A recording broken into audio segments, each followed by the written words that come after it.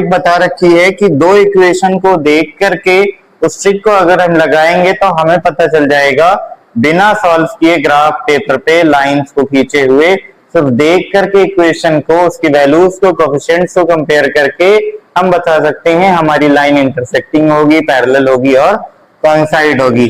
सबसे पहले वन वाले में अगर देखें तो A1 की वैल्यू हमारी 5 है, B1 की वैल्यू हमारी -4 है और C1 की वैल्यू हमारी +8 है। इसी तरीके से A2 निकाल लेंगे, A2 7 आ गया, B2 हमारा 6 है और C2 हमारा -9 है। रेशियोज निकालेंगे इनके, A1 अपॉन A2 अगर हम निकालेंगे तो आएगा 5/7, B1 अपॉन B2 निकालेंगे तो मिलेगा हमें -4/6 जो कि सिंप्लीफाई करने पे दे देगा -2/3। इसी तरीके से C1 अपॉन C2 निकालेंगे तो हमें मिलेगा 8 - 9। क्लियरली दिख रहा है A1 upon A2 not equals to है B1 अपॉन B2 के। C1 C2 निकालने की जरूरत ही नहीं थी, हमने आपको समझाने के लिए बस ये C1 C2 की वैल्यूज को फाइंड किया हुआ है। तो यहाँ पर लिख देंगे A1 upon A2 not equals to B1 upon B2 के। और स्टार्टिंग में हमने आपको बताया था कि जब A1 upon A2 not equals to B1 upon B2 के होते हैं उस केस में लाइन हमारी कैसी होती है, लाइन हमारी इंटरसेक्टिंग मिलेगी, यानी वो एक दूसरे को एक पॉइंट पर काटती हुई क्रॉस करते हुई निकल जाएगी। तो ये था इंटरसेक्टिंग निकालने का।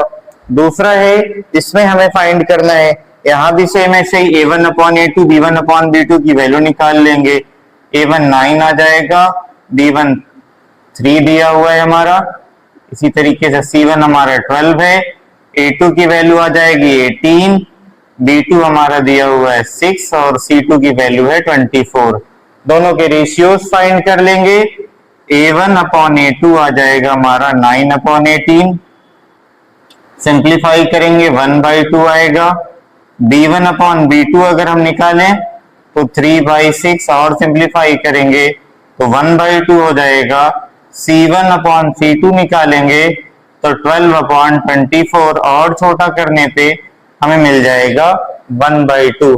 इसमें अगर देखेंगे तो A1 अपॉन A2 भी 1/2 है, B1 अपॉन B2 भी 1/2 है, C1 अपॉन C2 की वैल्यू भी हमारी 1/2 है, यानी A1 upon A2 equals to B1 upon B2 equals to C1 upon C2। जब तीनों एक दूसरे के इक्वल होते हैं उस केस में जो लाइन होती है हमारी वो कोइंसाइड होती है, यानी एक